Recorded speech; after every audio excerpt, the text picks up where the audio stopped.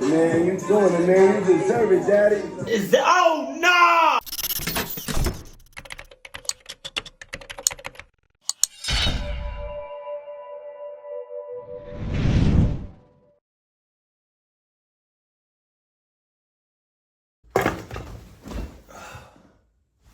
I got some day old popcorn right here. And I got some fresh popcorn right here. Just in case the day old popcorn not given. Let me see. I got it right here. I got 3 pieces.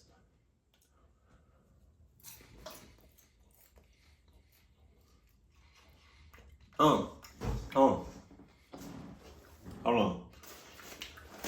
Ain't no crunch in that. What is it?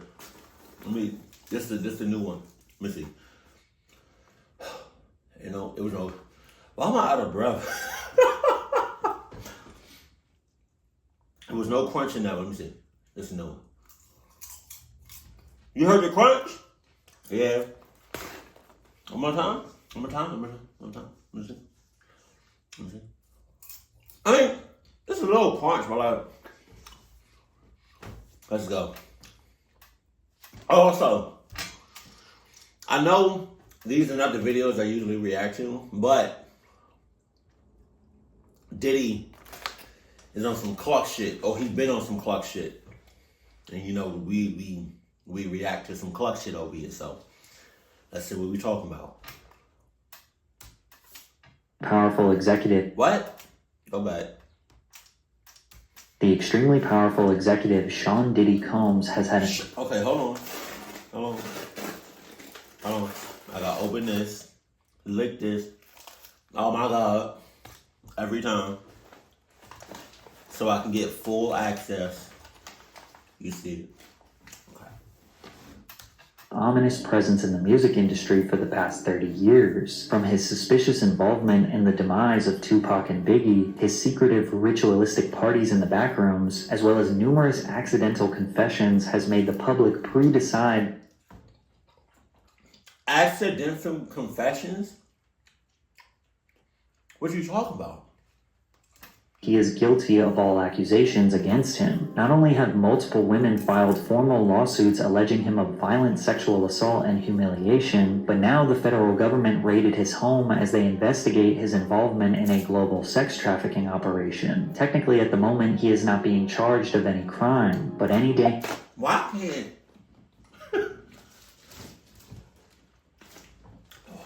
can't the music just be about music? You know, it's not just that, and it's not just the music industry. You know, why it's the entertainment industry, like the movie industry, like the Olympics, like anything professional. Like, why can't it just be about the talent? Why can't it just be about what you're good at?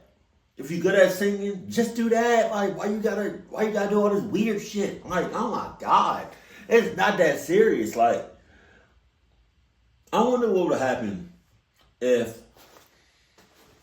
Justin Bieber, because he came up in some Diddy videos too. What if I was a great singer? I think I would just be happy making videos on YouTube and making bank on YouTube if I was a great singer. I'm just like, why does it have to come to that? Now, Diddy could feel the wrath of the American justice system. Today, we are going to unearth the secrets. Because, like, I'm just trying to think about, like, he looked crazy. I'm just trying to think about, like, how do you go from singing or rapping to sex harassment? Huh? How do you go from singing or rapping to sex harassment?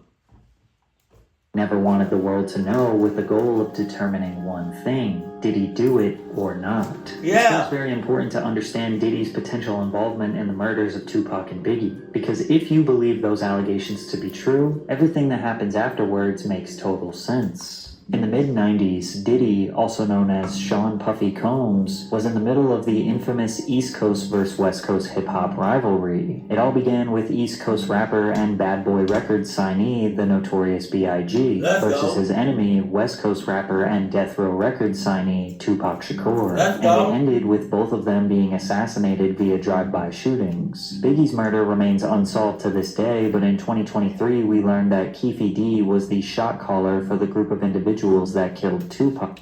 Was he? Was he though? Is that for certain?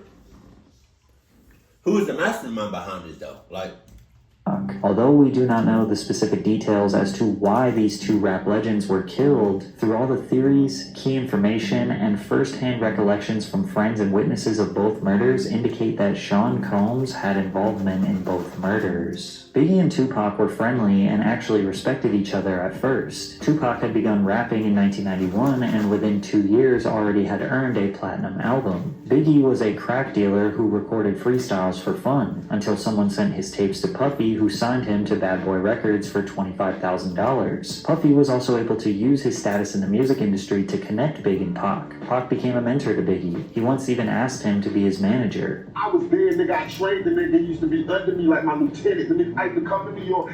I used to do shows and let the nigga come on before I didn't keep getting up and get around. Because nobody knew the nigga in New York. And I used to tell the nigga, yo, if you want to make your money, you gotta rap for the bitches. Do not rap for the niggas. I told the nigga, don't rap for the niggas. Rap for the bitches. The bitches will buy your records and the niggas want what the bitches want. So all of a sudden he changed from being listen to party and bullshit. Listen to his style. He changed from that to Big Pop. Pac believes that Biggie used him as a blueprint, changed his whole style, persona, and music to be more aligned with Tupac. Many people speculated that Diddy also had a slight obsession with Tupac. He started dripping himself in Versace after Tupac did it first. He also got romantically involved in women after Tupac had ran through them first, like Sarah Chapman, who ran around with Tupac in the 90s and is now the mother of one of Diddy's children. oh my God. Pac's claims aged like fine wine when recently the internet figured out that Biggie's most successful hit, Juicy, was actually stolen by a Mississippi-based artist called Notorious B.I.G., who released a song called Big Daddy a year before Juicy that sounds exactly the same.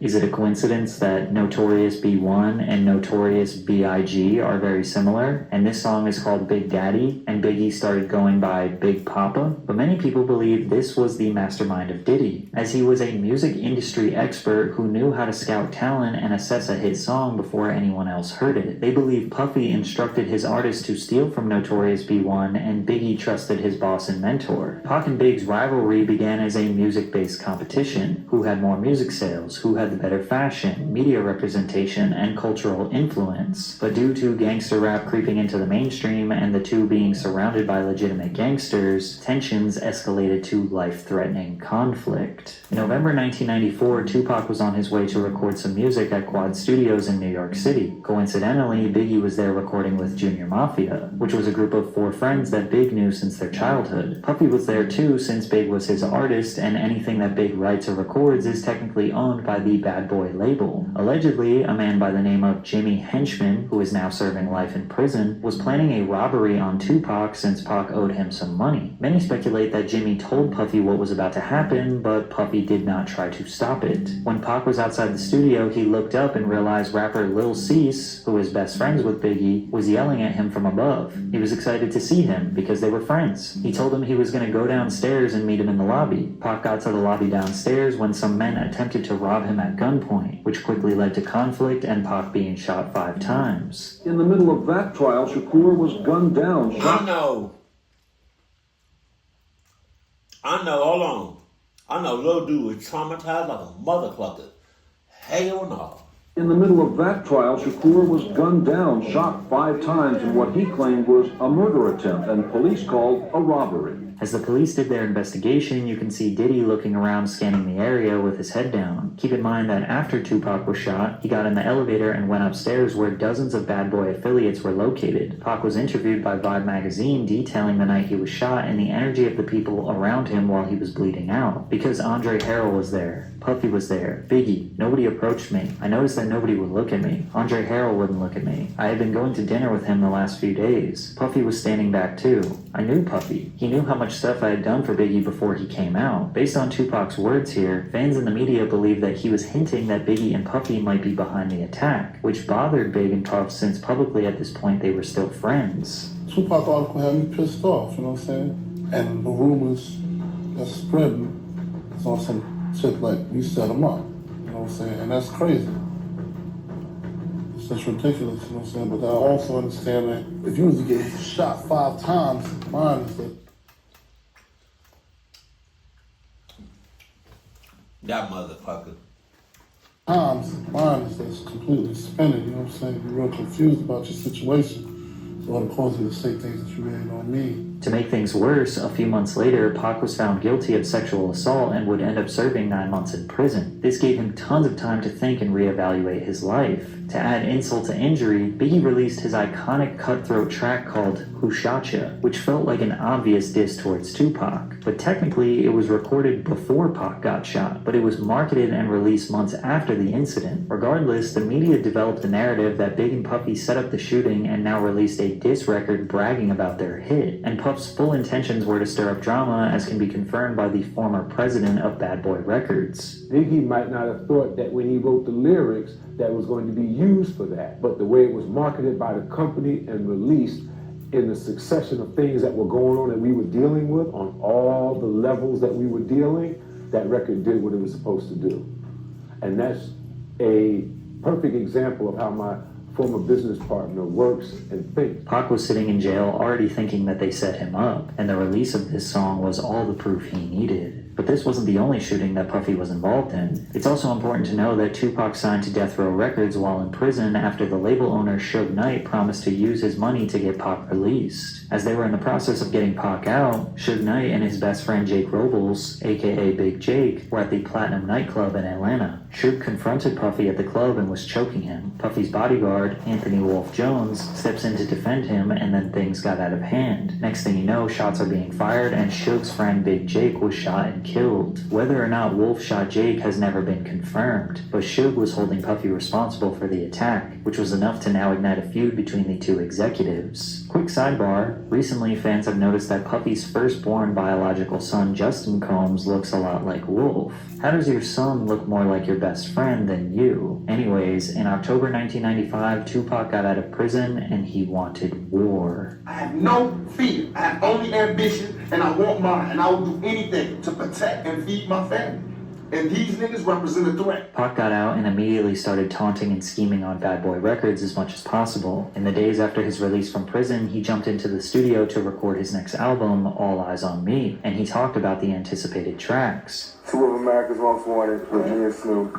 That's gonna be a hard thing, man. Should want to be a thug. That's gonna be a big one for him. And Wonder Why They Call You Bitch with Faith. That's gonna be a big one. He mentions Faith, aka Faith Evans, who was married to Biggie for over a year at this point. Imagine your wife jumps in the studio with your biggest enemy 1 week after he gets out of jail. Pac was also seen with Faith Evans at Whitney Houston's album release party. The rumor is that Biggie cheated on Faith and that she was trying to get back at him by cheating with Pac. Pac also allegedly started messing around with Mary J. Blige, who was a close friend and business partner with Puffy. Then Death Row Records held a Christmas party in 1995 where a close friend of Puffy, Mark Anthony Bell, was mercilessly beaten and forced to drink urine after refusing to give Suge Puffy's mother's address.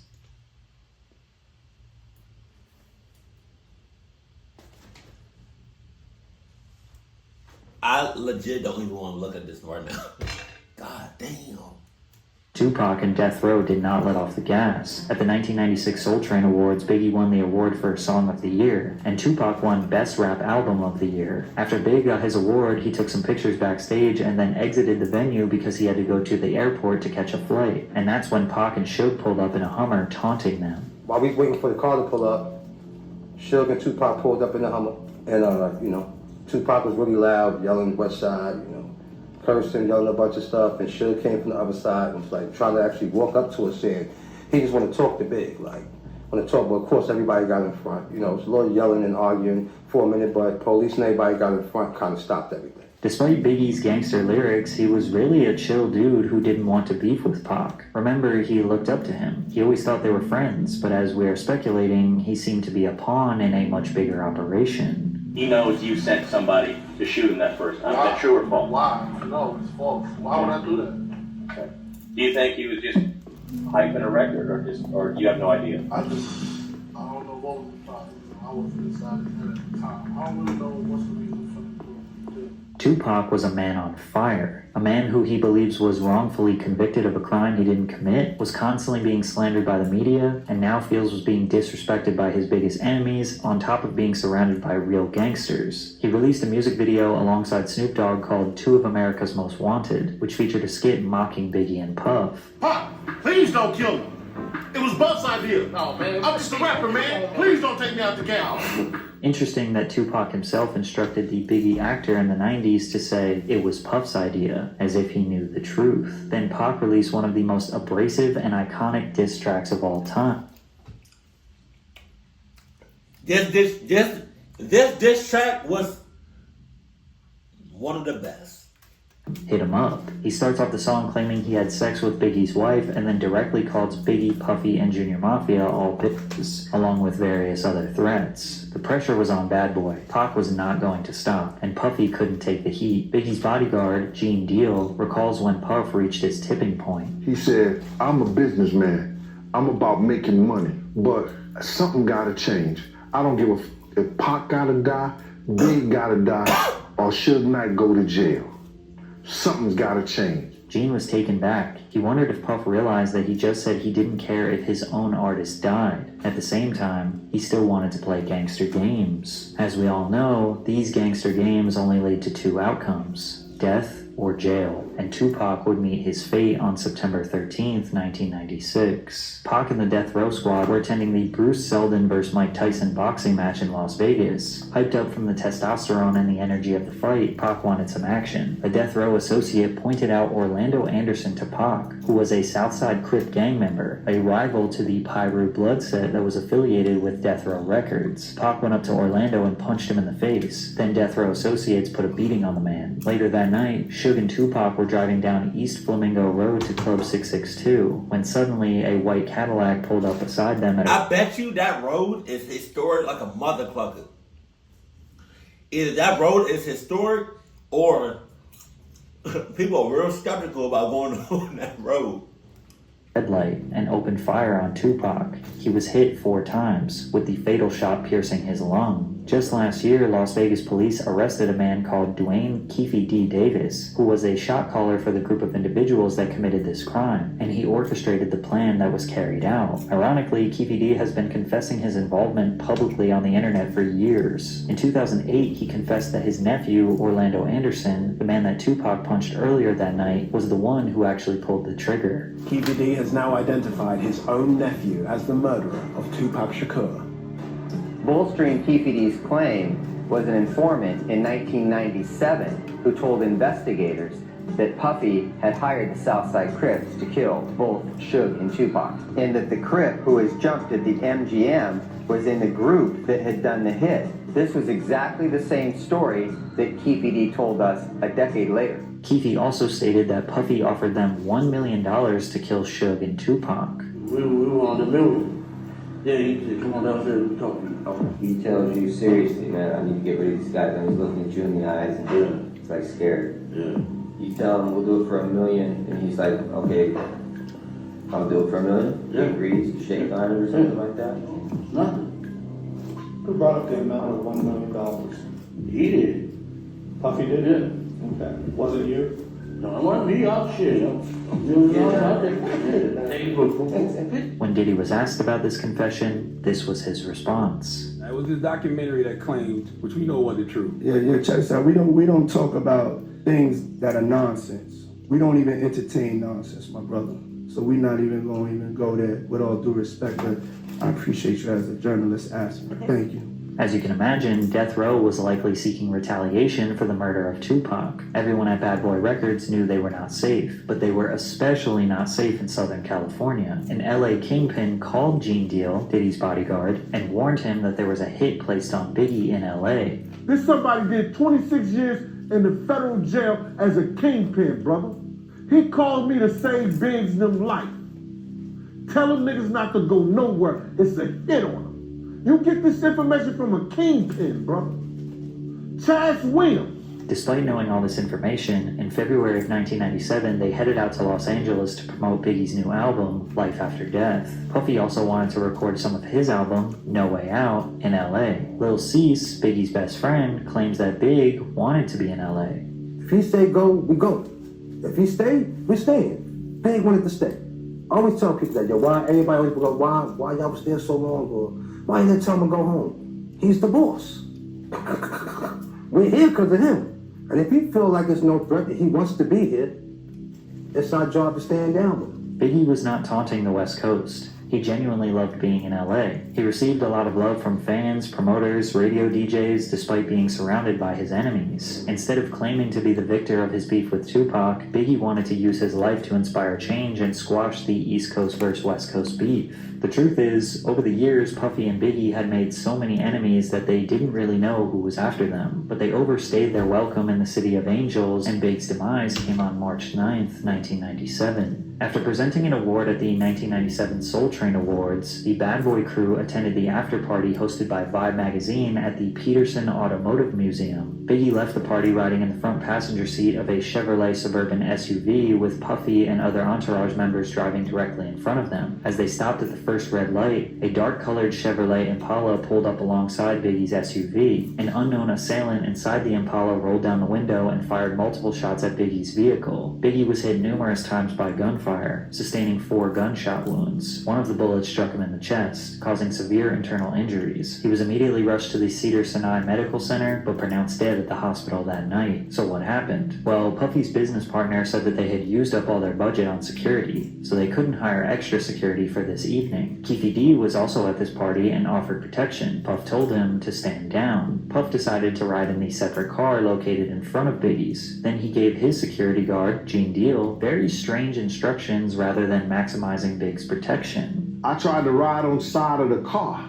Puff said, yo, Gene, what you doing? I said, I'm riding on the side of the car. I have my gun out. So he says to me, Gene, if you don't get in this car, you ain't gonna never work for Bad Boy ever again.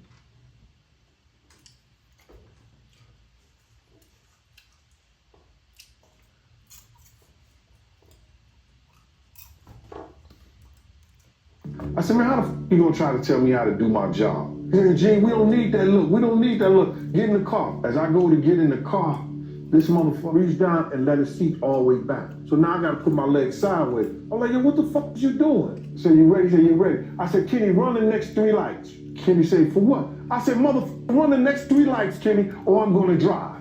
Kenny just took off. The first car ran the red lights, but the car behind them did not follow. They decided to stop at the red light. Lil Cease had his head hanging out the window trying to holler at some girls. Then out of nowhere, the shooting took place. According to an FBI agent, Phil Carson, who worked on the case for several years, Suge Knight hired Amir Muhammad to carry out the execution. However, the agent says that the original target was not Biggie. They were targeting Sean Puffy Combs. Gene also believes this story is the truth.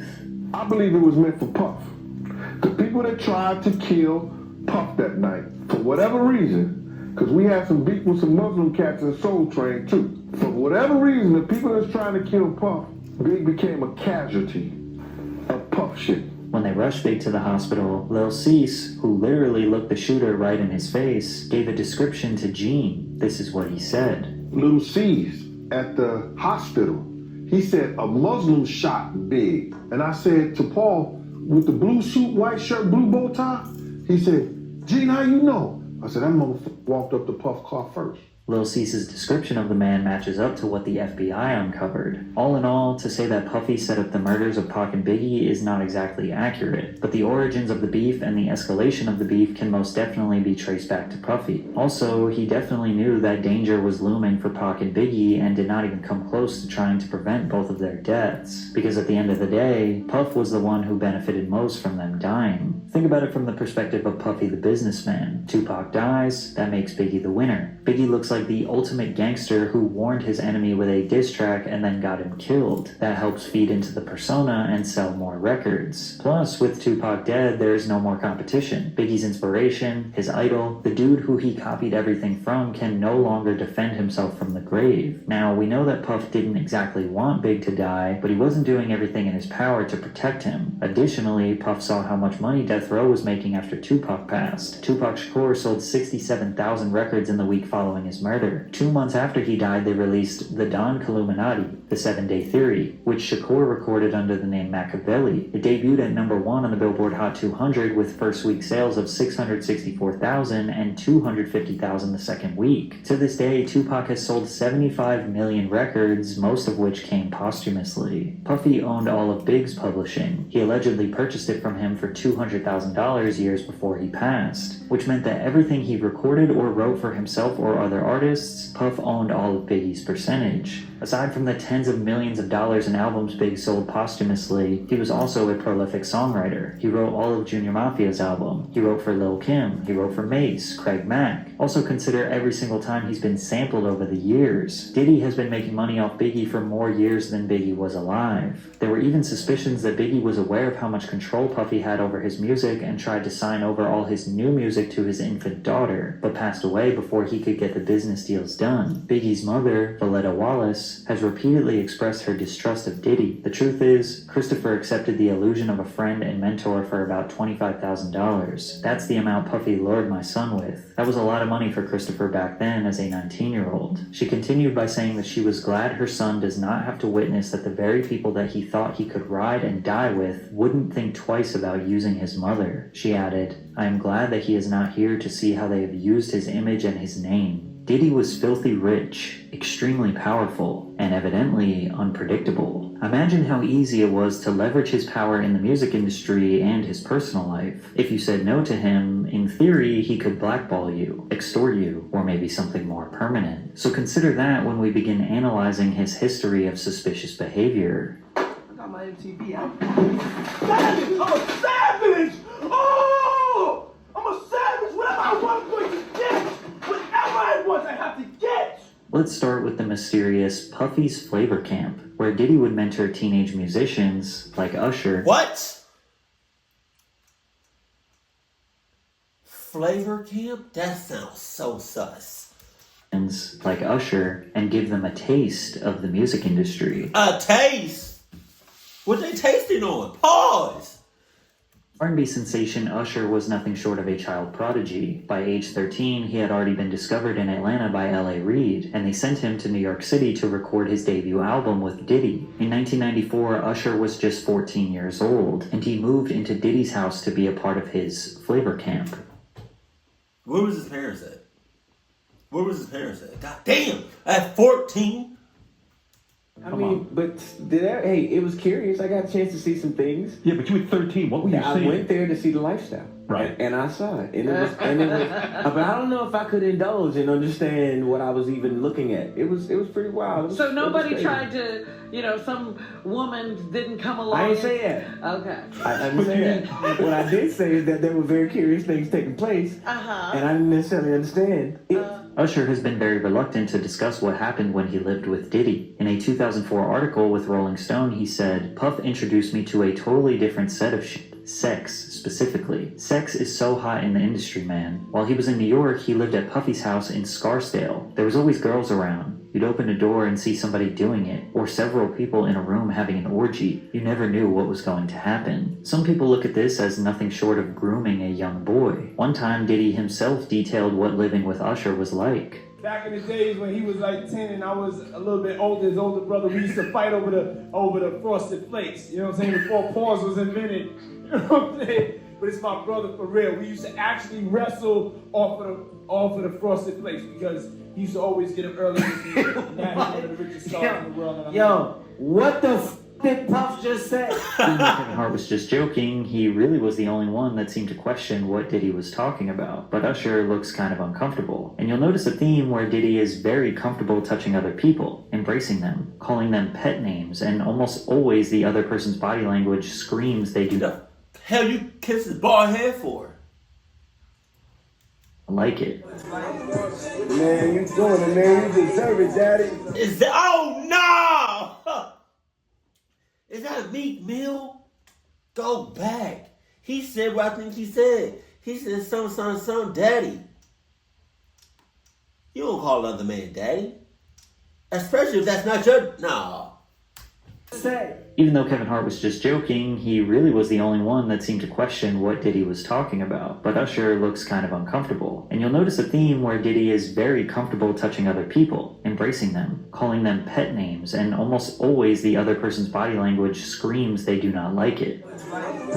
Man, you doing it, man. You deserve it, Daddy. You putting in that work. But Usher is not the only artist in the industry who may have been a victim of Puffy's flavor camp. There you go. There you go.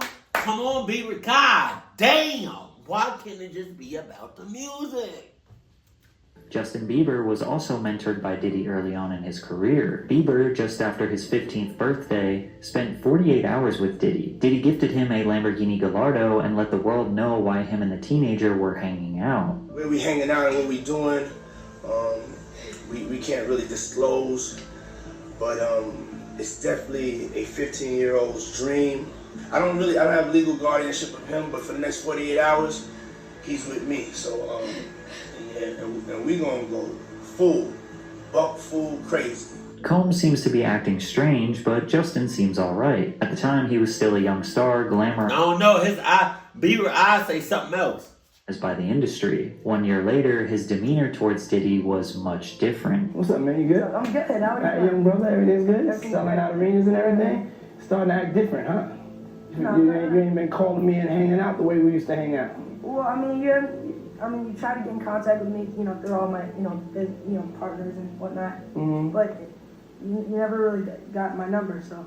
Now, Combs is renowned for hosting lavish and star-studded parties that have become legendary in the entertainment industry. Diddy parties are famous for attracting A-list celebrities across all industries. I had the craziest mix, Combs told Oprah. Some of my boys from Harlem, Leonardo DiCaprio after he just finished Titanic. I had socialites there and relatives from down south. Diddy parties are typically hosted at luxury venues or his own private residences. The media were quick to anoint him the modern-day Gatsby, a title he embraced with open arms. Have I read The Great Gatsby? He said to a reporter in 2001. I am the Great Gatsby. However, many people forget that one of Diddy's first parties ever resulted in the deaths of 9 attendees. Damn! In 1991, 22-year-old Sean Combs was the promoter of the Heavy D's and Puff Daddy celebrity charity basketball game at City College's Nat Holman Gymnasium, the infamous Puffy Party where a stampede occurred taking the lives of 9 people. Some of the hot...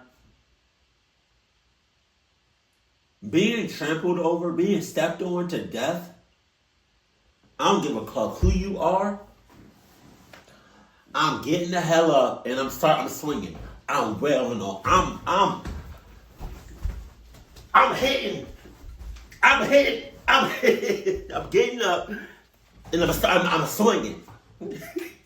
Rappers in the game were set to attend. Boyz II Men, Phife Dawg, Big Daddy Kane, Jodeci, even LL Cool J and Mike Tyson showed up. The crazy part is that fans could see all of their favorite stars for just $12. The first problem occurred.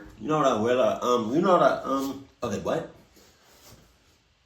So, as YouTubers, I wonder if there's this probably is, because it's usually some weird shit that goes on with professional, in the YouTube industry. It's some YouTubers are a lot of YouTubers are making a lot of money. And I feel like some small YouTubers or up and coming YouTubers, I feel like some shit going on in there too. I don't know who I don't want to say names because I don't want to say the wrong thing, but I feel like there are definitely some bigger YouTubers with millions of subscribers that's making millions of dollars a month or a year. And I feel like it's the same shit.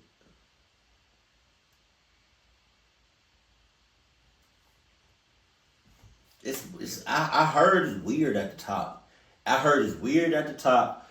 clocked at the top, sus at the top, like, I don't know. With the tickets. Keep in mind, this is in 91, so people had to go to physical locations like the Apollo Theater box office to buy tickets. Tickets were also sold at local shops like Boss Emporium, and even free tickets were given out on the radio by Funkmaster Flex. The facility could only hold 2,730 people, but they had no idea how many tickets they sold, as no proper system was set in place to keep track. Despite this, Gene Deal recalls Puffy requesting to cut security presence in half. This particular day, Puff calls me the day before we supposed to do the party. Say, yo, Gene, I don't need y'all to do the security outside. I got the FOIs to do it. What? So I said, man, I just told 18 guys. He said, I just need 8. To clarify, You just need 8?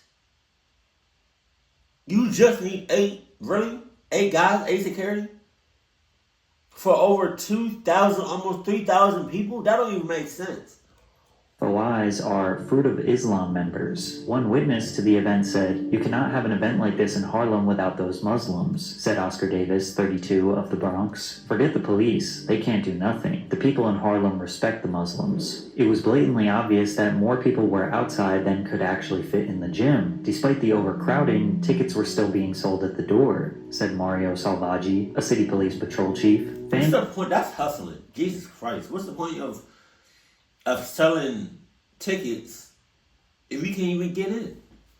Entered through 2 side exits and funneled down the stairs, through the doors into the gymnasium. But once LL Cool J and Mike Tyson showed up, all hell broke loose. Mobs of people started swarming from outside to rush inside, pushing people forward towards the glass doors. The glass doors eventually were shut and needed to be pulled towards the crowd to be opened. Guards tried to instruct people to fall back, but they wouldn't listen. The pressure became so great that the glass doors shattered and people fell through them. Outsiders began stampeding and stomping over bodies to get inside the facility, but the problem just got worse as they needed to go down the stairs into the— Oh shit! Yeah, I'm wailing on Iggers and Iggerlets. I don't care who you are. Yeah, I've never been trampled over. I've never been ran over with. But nah. gym. The doors at the bottom of the stairs also needed to be pulled open towards the crowd, not pushed into the gym. So hundreds of people were squeezed up against these doors in this tiny stairwell with no way to escape. Also notice that these doors don't have any windows. So inside of the gym, people were having a great time. From the outside, you can hear them partying. Well, are they having a great time? Because inside the gym, it seems like it's packed. Like packed to the T. So how do you have a good time? Well, you can't even move. Playing music and rappers shouting over the microphone. They didn't even know that just on the other side of those doors were people fighting for their lives. Eventually they got the doors open. As much as 6 people were stacked on top of each other and began spilling onto the gym floor, finally relieving the pressure. People began trying to perform CPR on the ground. Someone announced over the microphone that 3 people died right there. This caused chaos, and the people inside the gym began trying to leave, stampeding back through the exact same stairwell where people were trapped in the first place. Police identified 5 men and 3 women dead at the scene, and 29 people were injured. A 9th victim died in the hospital days later. All of them died from asphyxiation. 8 families of the deceased settled wrongful death lawsuits against Mr. Combs in early 1998. Mr. Combs ended up paying around $600,000 of a total $3 million or so. Now, clearly, this wasn't all Diddy's fault. Legally, the courts claim the city 50% responsible and the promoters 50% responsible. Regardless, death and dark energy seemed to lure around Diddy since his earliest days. From there, he kind of stopped throwing parties for the public and started to keep them private. However, over the years, disturbing rumors have spread regarding what happens during Diddy's parties, ranging from group sex rituals to casting couches where new— Group sex rituals. What does that even mean? newcomers would secure their future in various industries. The biggest rumor is that aspiring male talent would need to pleasure other powerful men to advance their careers. And apparently it's an open secret in the music industry, which is why Shannon Sharp erupted in laughter when Cat Williams said, Because P. Diddy be wanting the body. And you gotta tell him no. You got to tell him no. I did. Now, Diddy has 6 biological children with 3 different women. He has had multiple high-profile relationships with the likes of Jennifer Lopez, Naomi Campbell, and Cassie. But you will notice that most of the party stories that circulate involve him being surrounded by men. Josh Ostrovsky, who goes by The Fat Jewish on social media, I literally thought that was Post Malone. detailed his strange experience at a Diddy party. I'm on ecstasy and I'm trying to find the bathroom. And I can't find the bathroom. I get lost. So I open the door, and in that room there are a bunch of men laying about and, you know, kind of like very like kind of leaning on each other. Not like if you were spooning but facing each other and like leaning up on your elbow and talking. Like it would almost be the prelude to an orgy. Yes. Oh, absolutely. Okay. Oh my god. Oh my god. It was so prelude. Okay. To and who is lounging in my direct eye line? Puff Daddy and Felix the House Cat, famed house music producer. Yeah, no, I know are who that is. basically spooning each other, and they're drinking a glass of Hennessy, and they're like sharing. They're like passing it back and forth, And everyone's talking. and everyone's just like, You saw all of this? You didn't like open the door for like a second and say, oh shit. Or open the door for a second and be like, and then close it. No, you opened the door and was like,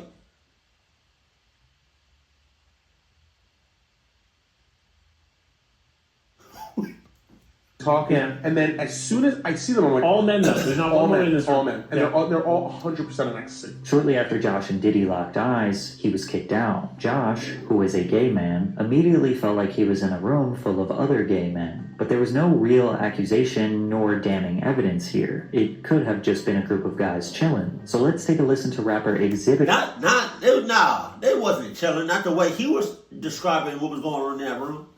Recounting his experience partying with Diddy. Florida, we got invited to a Puffy party, the New Year's Eve party. He invited us to the house because he wanted to go to the club after. Puffy calls me outside. He's like, "Hey man, that girl you with, you know about?" He's like, "You know, that's the devil, man." You know what I'm saying? I was like, "What you mean that's the devil?"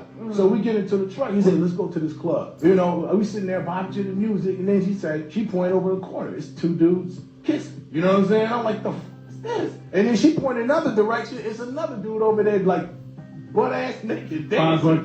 You know what I'm saying? We take off, man. Based on X's story, it seems like Diddy brought him to a gay club. Or maybe coincidentally, Exhibit just looked at the only 2 gay couples in a regular club. 50 Cent also recalls one of the first times he met Diddy. We gotta kick it. This is Paul. Okay. He telling me we gotta kick it and shit. He's like, yo, why don't we like go shopping or some shit? I mean, like, I pay for it. And I was like, what the fuck this nigga just saying? It's a fruit pie. They laughing, I'm laughing, but he dead ass serious. Now, there's no doubt that homophobia has been prevalent in hip-hop forever. However, some people are just simply not gay, and Diddy's actions make them feel uncomfortable. Like rappers Fabulous and Jadakiss, who were pressed by Diddy on a podcast that got really awkward really quickly. He began by repeatedly calling the host Nori Daddy.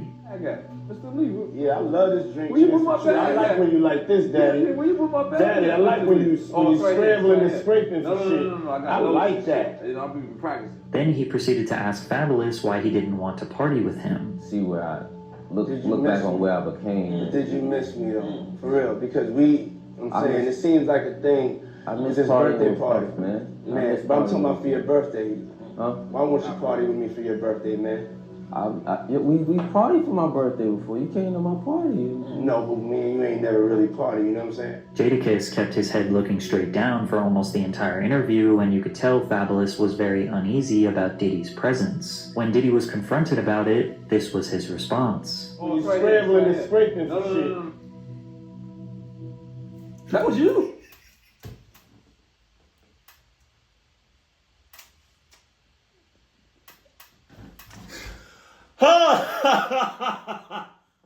What's his name? Charlemagne? What's his name? Charlemagne? Like, why is he the way he looking at Diddy? And he looked at Diddy for like a hot little second before he said something.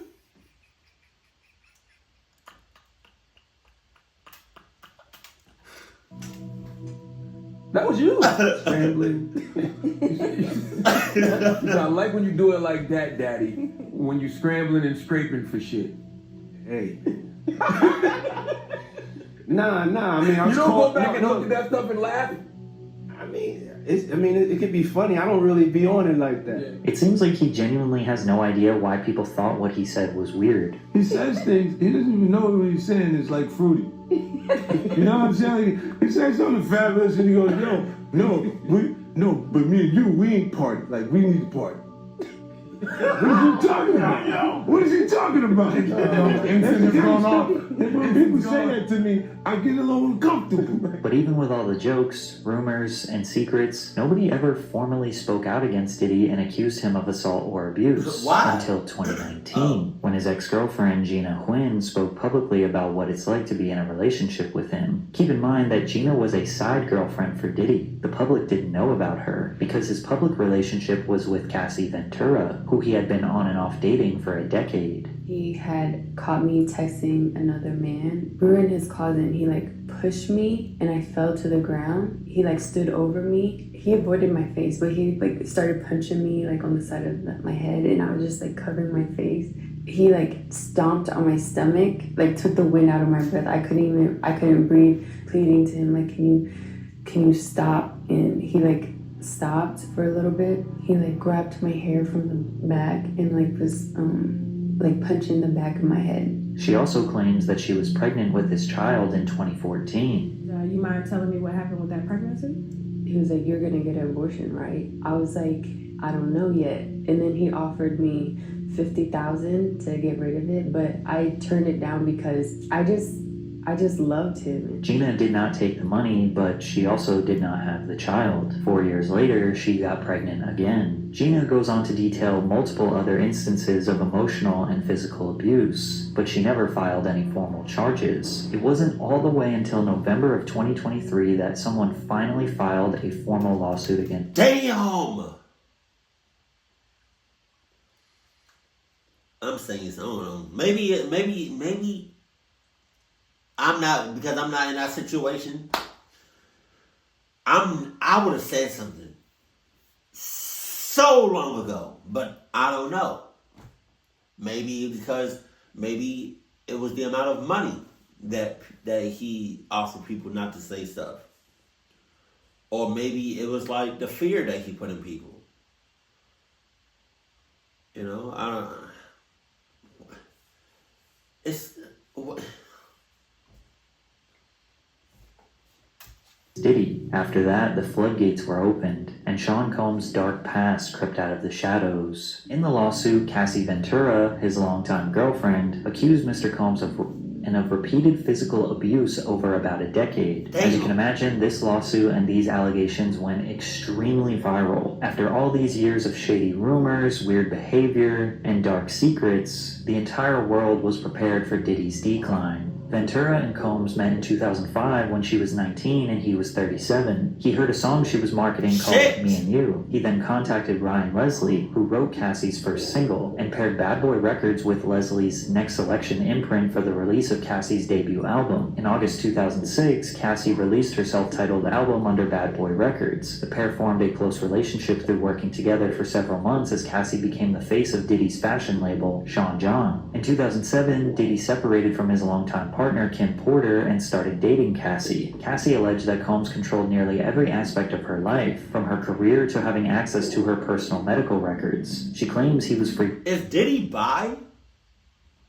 Or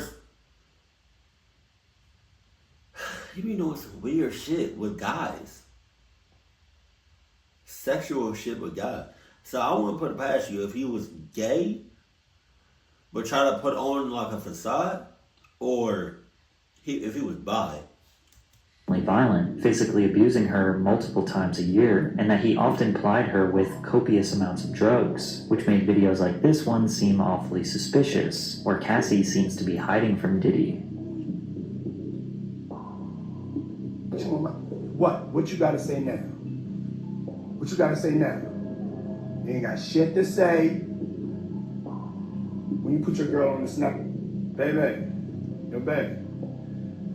mean, shit getting weird. Come on, baby, it's hot outside. You fucking wrapped up in that blanket. Let's go drive on the beach. The court papers assert that others who worked with Mr. Combs helped him control Miss Ventura, like suppressing her music if she did not obey his orders, or by helping to conceal his behavior. But it wasn't just mentally controlling. He also often got physically violent with her. In one incident in Los Angeles in 2009, the suit says that Mr. Combs became enraged when he saw Miss Ventura talking to another talent agent, then pushed her into a car and kicked her repeatedly in the face, making her bleed. The suit also details Diddy's request for Cassie to engage in his newest sexual fantasy called voyeurism. Combs forced Ventura to have sex with male sex workers in different cities, encounters she claimed he watched, pleasured himself to, and recorded. This is the allegation that likely opened up a federal investigation into him sex trafficking people. According to the suit, Mr. Combs called these encounters freak-offs, which involved costumes, like masquerade masks and lingerie. The lawsuit continues to detail some of the most horrific, embarrassing, and torturous behavior Diddy allegedly committed. Combs' lawyer, Benjamin Braffman, responded to the lawsuit on behalf of him. Mr. Combs vehemently denies these offensive and outrageous allegations. For the past 6 months, Mr. Combs has been subjected to Miss Ventura's persistent demand of $30 million,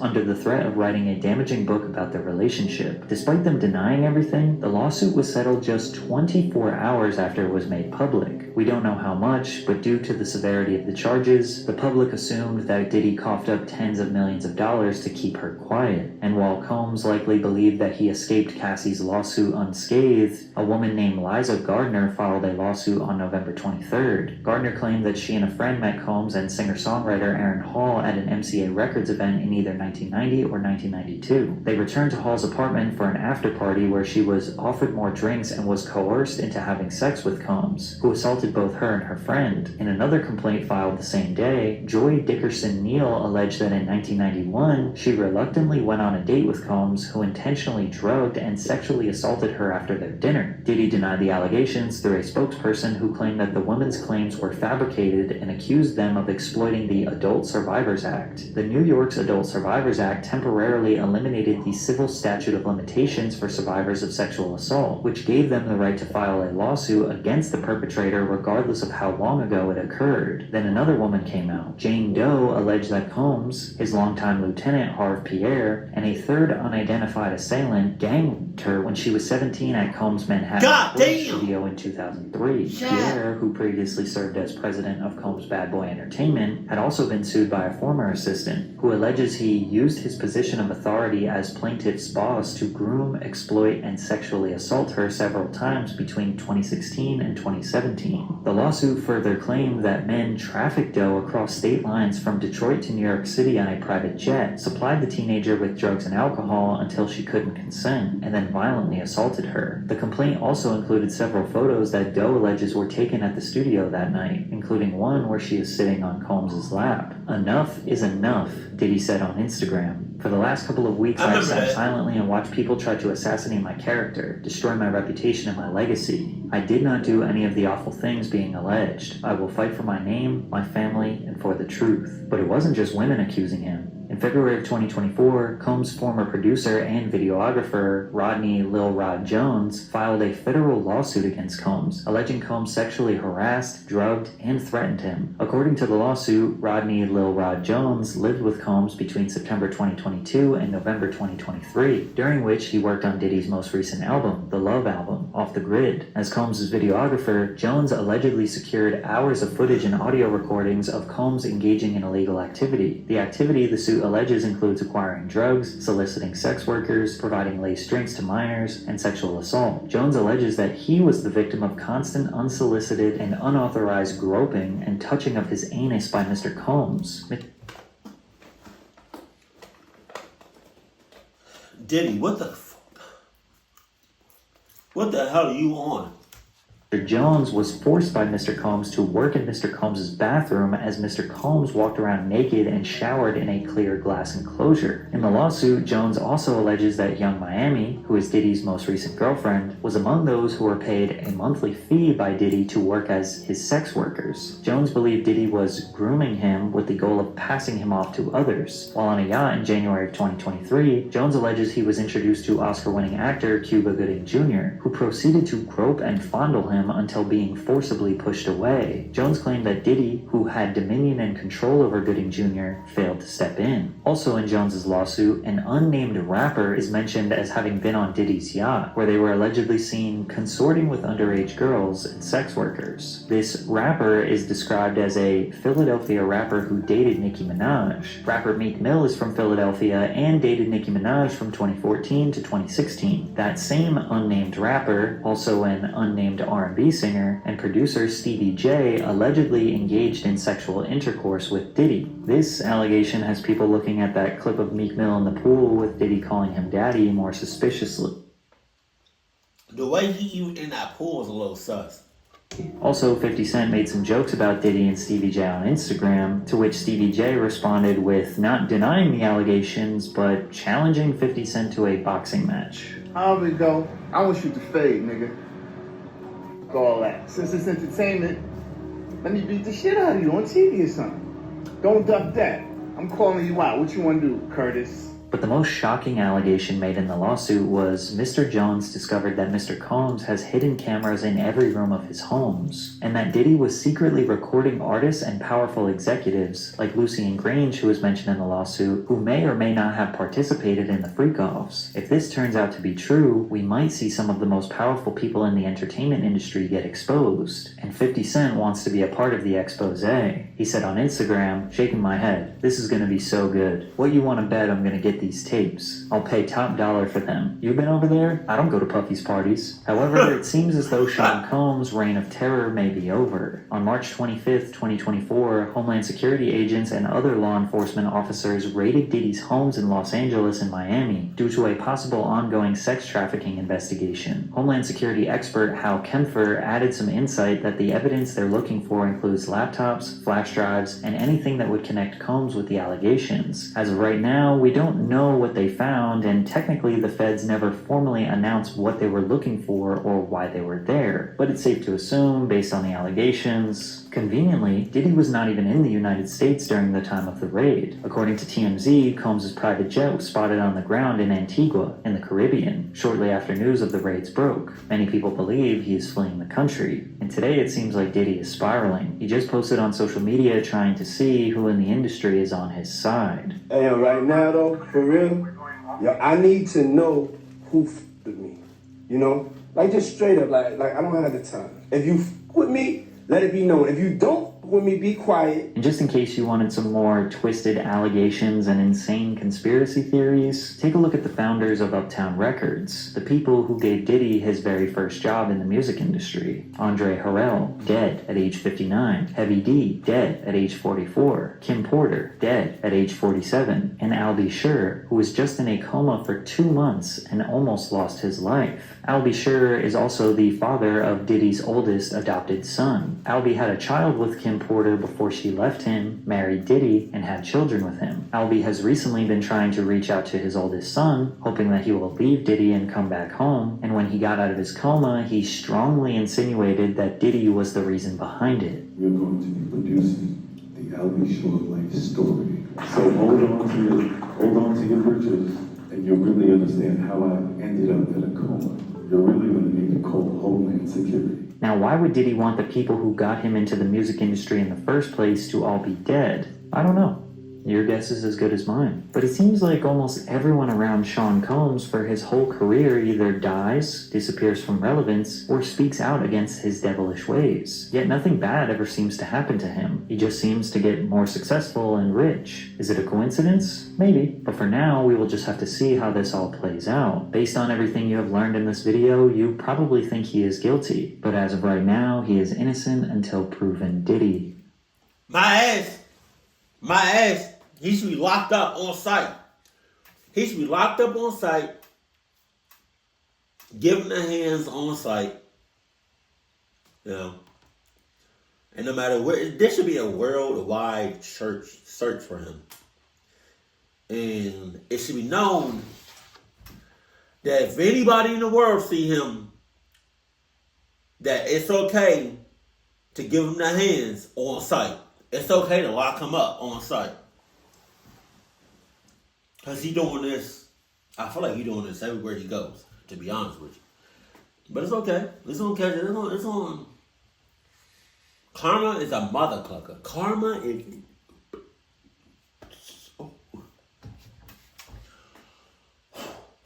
Yeah. Karma ain't nothing to play with. You know. You can only run away. You can only flee. You can only, do so much and hide so well before the shit started to come back to you. That's okay. It's okay. Cause Diddy gonna get, Diddy gonna get what's coming to him. What are you talking about? Keep it cool. Keep it classy and I love you. Stay happy. My family.